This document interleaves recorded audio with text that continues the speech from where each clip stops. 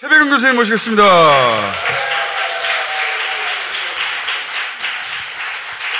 안녕하세요. 교수님 요새 왜 책 안 쓰시는 거예요? 좀 쓰고 있어요. 내년 한 1월 정도를 목표로 해서 지금 쓰고 있어요. 앞에 책들은 평균 몇 권이나 나갔어요? 한 만 몇천 부씩은 나갔어요. 오. 네, 사회학서적에서는 그래도 베스트셀러로 항상 야. 여러분들 덕분에. 자, 안 읽는 건 아시죠? 네, 여기 분위기가 확 달라졌어요. 페라 공연을 비롯해서 각종 공연으로 쫙 깔려갑니다, 저희가. 네. 말이 되네요. 기대하십시오. 자, 오늘 뭡니까? 우리 경제 상황이요. 상당히 지금 이제 막다른 골목으로 향해서 질주하고 있다고 표현을 하고 싶은데, 우리나라에서 만약에 위기가 온다면은 과거 외환위기 때도 그랬었고, 2008년 금융위기 때도 그랬었고, 외부 충격에 의해서 이제 우리는 왜 그러냐면 내부 충격 같은 경우는 한국은행에서 돈 풀면은 일단 막을 수 있어요. 한국 돈의 문제는요. 근데 이제 외풍이 오는 거는 우리가 어쩔 수가 없는 게 우린 달러를 찍어낼 수 있는 나라가 아니니까요. 그런 점에서 이제 최근에 주목하는 건 뭐냐면 한국은행이 그러니까 우리가 생각하는 것처럼 그렇게 방어력이 튼튼하지가 못하다. 최근에 이제 금융시장 구조가 급격하게 지금 변하고 있습니다. 변하고 있는데 오늘 못다한 얘기는 제가 일요일날 최백은 TV 하는 거 아시죠? 그러면은 오늘은 클라이막스로 가다가 딱 끌어주세요. 우리가 달러를 모을 수 있는 건 결국 무역이잖아요. 무역 상황이 굉장히 빠르게 악화되고 있습니다. 22년도까지만 하더라도 우리나라가 이제 세계 수출 6위였었습니다. 윤석열 정권 출범 이후에 빠르게 악화되면서 올해 7월 달까지 IMF에서 집계가 됐는데 8위로 떨어졌을 뿐만 아니라 수출 감소율이 제일 커요, 우리나라가요. 이게 정부 말이 거짓말인 게 다 나빠졌으면 순위는 안 바뀌어야지. 추경호 장관이 최근에 그런 얘기를 했죠. 해외에서 기자간담회 하면서 세계 경제 탓을 한다고 자기한테 막 그러는데 실제 그렇다. 근데 실제 그러면은 순위는 안 바뀌어야죠. 수출을 먹고 사는 나라인데 세계 시장에서 한 3% 정도는 유지해 왔어요. 시장 점유율이요. 수출 증가율이 윤석열 정권 출범하고 나서 한 5월 달부터 급감하죠. 두 자릿수에 너무 신기해. 그래서 4분기에 이제 마이너스로 이렇게 실력 발휘를 하나? 이렇게 하기도 어려워요. 그렇죠. 오늘 이제 10월 달 수출액이 발표가 됐죠. 언론들에서 막 5.1% 증가했다 그러는데 그게 그 이유가요. 작년도 10월 달부터 마이너스로 떨어졌었거든요. 5월 달에 취임했잖아. 네. 6월 달부터 이렇게 푹푹 떨어져. 이게 너무 신기해. 저 4월 달만 하더라도요. 중국의 상해 봉쇄가 있었던 때라서 좀 이제 간 거고 대개 그래도 한 20% 안팎에서 이렇게 하던 게 갑자기 쑥 떨어지잖아요. 이건 자연적으로 떨어진 게 아니죠. 그렇죠. 그래서 이제 얼마나 실질적인 개선이 있었냐를 보려면은 21년 대비로 보면 되죠. 21년 대비해가지고 올해 수출 증가율을 보게 되면은 10월 달도 여전히 마이너스가 진행되고 있잖아요. 그러니까 21년 수준이 회복이 안 됐다 이거예요. 수입이 굉장히 많이 줄어들었습니다. 수입이 많이 줄어든다는 얘기는 무슨 얘기냐면은 가계 소비하고 기업 투자가 그러니까 줄어들고 있다는 얘기예요. 수입이 이번 10월 달에 굉장히 큰 폭으로 떨어졌어요. 그러다 보니까 환율이 불안하죠. 이게 올해 1월 달부터 9월 달까지 보게 되면 외환부액이 많이 줄어들고 있거든요. 지금 저희 빨간색 수치로 얘기한 게 뭐냐면 환율 방어하기 위해서 투입한 외환이에요. 요게 47억 달러, 57억 달러, 35억 달러, 42억 달러 이렇게 해서 외환부액을 갉아먹고 있는 거죠. 저렇게 방어하는데도 방어에 실패하고 있죠. 오늘도 보니까는 한 1358원까지 제일 많이 환율이 상승했다라고 우리나라가 오늘도 이러니까요. 외국인들은 여전히 계속해서 매도를 하고 있거든요. 그런 상황이다 보니까는 파이낸셜 타임스에서도 한국은행이 환율 방어하기 위해서 달러를 투입하는데 별로 효과를 못 보고 있다. 이런 기사가 나오고 그래요. 그러니까 해외 투자가들은 그러니까 아는 거죠. 한국이 그러니까는 환율 방어 능력이 있느냐 없느냐에 대해서요. 윤석열 정부 때인데 외환보유액은 352억 달러가 줄었고요. 문재인 정권 때는 2,425억 달러 흑자를 만들어냈었다고요. 외환보유액도 한 727억 달러 정도 증가한 거죠. 이게 문재인 정부 시절에 네. 무역 수지 플러스예요. 흑자죠, 흑자. 이거 마이너스. 비교가 안 되죠. 네. 글로벌 금융위기 때도 우리나라 외환보유액이 충분하다고 한데도 불구하고 외환위기 재발하는 거 아니냐면 환율이 막 치솟았잖아요. 외환보유고는 국가의 비상금이거든요. 97년 9월 10월 때 강경식 씨가 이제 경제부총리를 했을 때였습니다. 대한민국의 펀더멘털은 튼튼하다. 경제 펀더멘털 튼튼하다 막 이런 얘기 하면서 했는데 성장하고 고용지표 실업률하고 그다음에 물가를 이제 되게 얘기를 합니다.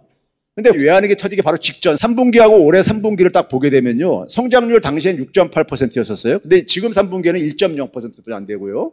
지금 실업률이 낮다고 지금 정부는 자랑하고 있는데 당시에도 실업률은 2.2%도 안 됐었어요. 근데도 외환위기 터졌잖아요. 물가 상승률도 인플레율도 지금은 3.9%거든요. 근데 당시에도 그러니까 3.4%도 안 됐었어요. 이거 보고서는 당시에 강경식 부총리가 문제 없다 이런 얘기 한 거예요. 한 거거든요. 근데 경제 펀더멘털하고 관계가 없어요. 외국인 자금이 막 빠져나가면 그냥 터지는 거거든요. 그때 이제 우리가 막을 수 있는 능력이 있느냐 없느냐가 중요한 거거든요. 근데 강화할 수 있는 게 결국 뭐겠습니까? 무역이거든요. 무역 수지거든요. 당시에 9월 달까지 107억 달러가 적자가 진행되고 있었습니다. 근데 지금은 거의 한 200억 달러 적자가 진행되고 있습니다. 그래서 그때에 비해서 거의 2배 가깝게 적자가 커지고 있다는 거고, 환율 변동률을 보게 되면 8.5, 8.3% 비슷하잖아요. 환율을 방어를 하려고 하더라도 잘 안 되고 있는 거죠, 지금요.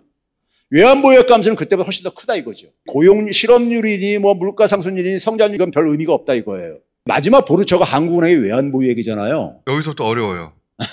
간단히 설명을 드릴게요. 네. 올해 3월 달에 이제 미국의 은행 위기가 있었잖아요. 실리콘밸리 은행이 그러니까 뭐 파산하고 기억들 아시죠? 은행들은 뭐냐면 남의 돈을 가지고 돈놀이 하는 애들이에요. 확보한 돈을 가지고 뭘 하냐면 대출이죠. 두 번째는 뭐냐면은 좀 수익이 날 수 있는 자산에다가 운용하는 겁니다. 근데 은행들 같은 경우는 위험한 자산은 가능한 한 운용을 못하게 돼 있어요. 그러니까 수익증권도 국채라든가 국채 비슷한 것들. 그래서 지급준비만 남겨두고 나머지는 돈놀이 하는 거죠. 대출을 하느냐 아니면 수익증권에다가 운용을 하느냐. 그 은행이 그 사람들이 예금을 넣은 거 가지고 네. BIS라고 하죠, 이거. 그렇죠.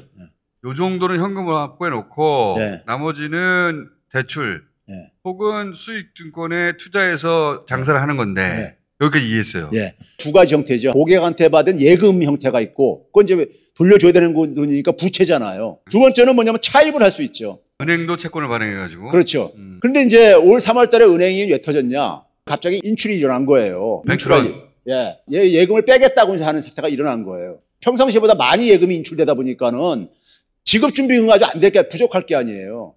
근데 대출 같은 경우는 만기가 안 됐으면 회수를 못 하잖아요. 수익증권에서 투자한 거를 그러니까 처분해가지고 할 수밖에 없는 거잖아요. 근데 이 수익증권이라는 것이 채권인데 채권의 가격은 고정되는 게 아니라 계속 가격이 변하잖아요. 주식처럼요. 근데 올해 3월 달에 채권 가격들이 많이 좀 떨어지기 시작했거든요. 중간에 이걸 팔려니까 가격이 많이 떨어지다 보니까 손실을 보는 거야.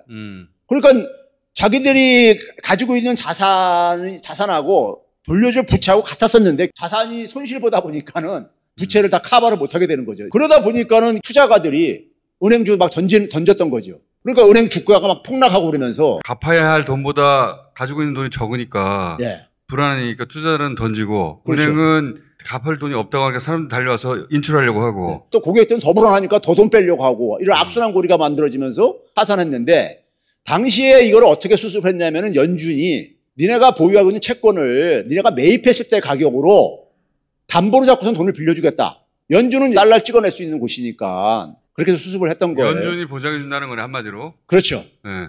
그런데 문제는 뭐 달러 자산이잖아요. 9월 말에 우리나라 외환 보유액에 4,141억 달러라고 발표가 돼 있잖아요. 거기에 90%가 뭐냐면 유가증권이에요.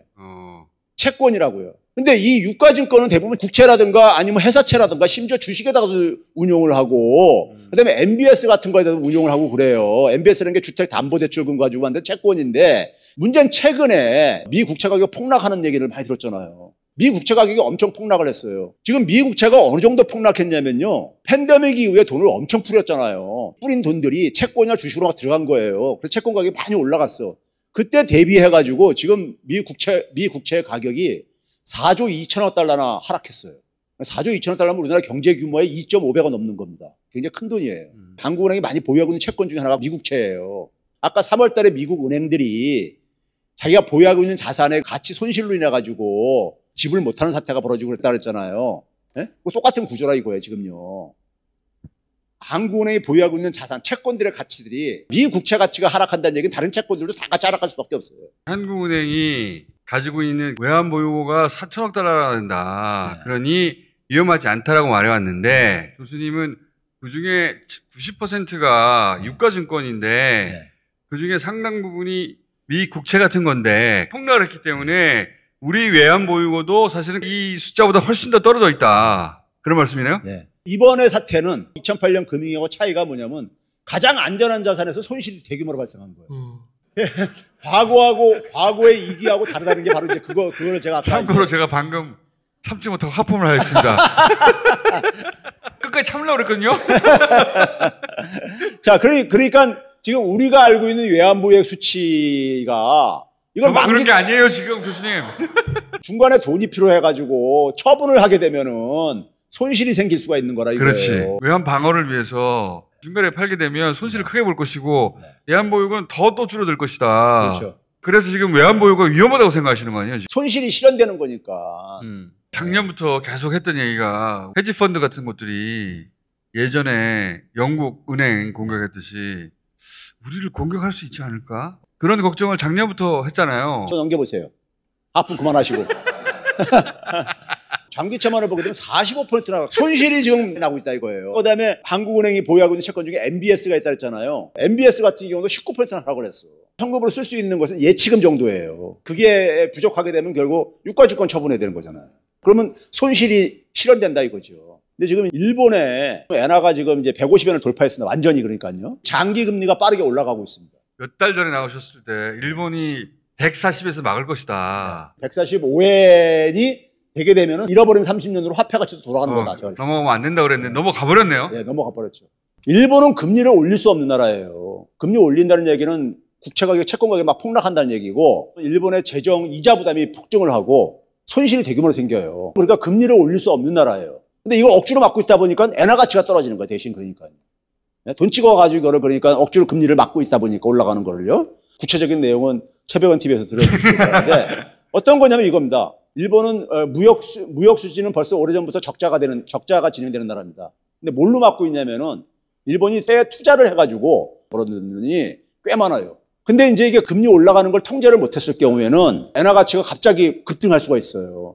그러면 엔화로 바꿔서 이제 그러니까 회수를 해야 되는데 손실을 볼 수 있거든요. 그래서 이제 국제 금융시장에서 얘기하는 게 뭐냐면 세계에서 가장 커다란 국채 시장이 채권 시장이 미국하고 일본이란 말이에요. 이게 동시에 매도가 이루어질 수 있다 이거예요.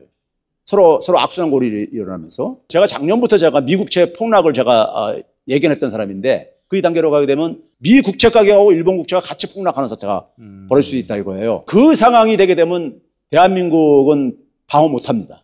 요지는 우리 외환 보유가 위험하고 그 위험한 이유는 유가증권 중심으로 이루어졌기 때문에 90%가 미국 국채가 폭락하고 있고 일본 국채도 위험해서 만약에 둘 다 흔들리면 우리는 방어를 못할 것이다. 네. 그럼 무슨 일이 벌어지는 겁니까? 그러면 우리나라 이제 환율도 폭등한다 이거예요. 국내에 투자한 외국인들 같은 경우는 주식 투자를 했는데 달러로 바꿔야 되잖아요. 환율이 폭등하게 되면 손실을 봐요. 그럼 그 전에 미리 빼려고 그러겠죠. 손실을 보기 전에. 그러면 IMF 때처럼 외국인 투자자를 싹 빠져나갈 것이고. 그렇죠. 돈이라는 것은요. 빛의 속도보다 더 빠릅니다. 손실 안 보려고 순식간에 이동하거든요. 빛보다 더 빨라요. 그 외환위기 아닙니까? 그게 본질적으로. 그렇죠. 거기다가 이제 지금 우리 가계부채가 간당간당하잖아요. 열악한 기업들도 지금 금리 부담 때문에 지금 막 흔들흔들거리잖아요. 내적인 요인은 어찌됐든 간에 정부가 돈 풀고 한국이 돈 찍어내면 막을 수 있는 거라고 저는 생각이 들어요. 근데 문제는 외적인 것은 달러 방어 능력이 있어야 되는데 할 수가 없는 거라 이거죠. 그래서 2단계로 가게 되면은 굉장히 위험한 상황으로 급격하게 전환될 수 있다. 근데 그거를 우리 정부가 그거는 감당 못하죠, 우리가. 방어할 능력이 없는 정부잖아요. 없죠. 대선 끝나고 나서 다스베이더에 처음 출연했을 때 뭐라 하셨습니까요? 정치 외면의 비용이다. 우리나라 국민들이 정치 외면한 것에 대한 비용을 지금 지불하고 있는 거예요. 지난 1년 한 6개월 동안에 우리 처절하게 경험했잖아요. 정치라는 게 이렇게 경제하고 뗄래야 뗄 수가 없는 건데 우리가 굉장히 값비싼 지금 수업료를 지불하고 앉아 있는 거예요, 지금요. 민주주의가 얼마나 중요한 건지를, 정치가 얼마나 중요한 건지를 굉장히 값비싼 수업료를 지불하고 있는 거죠. 자, 나머지 이야기는 새벽은 TV에서. 예.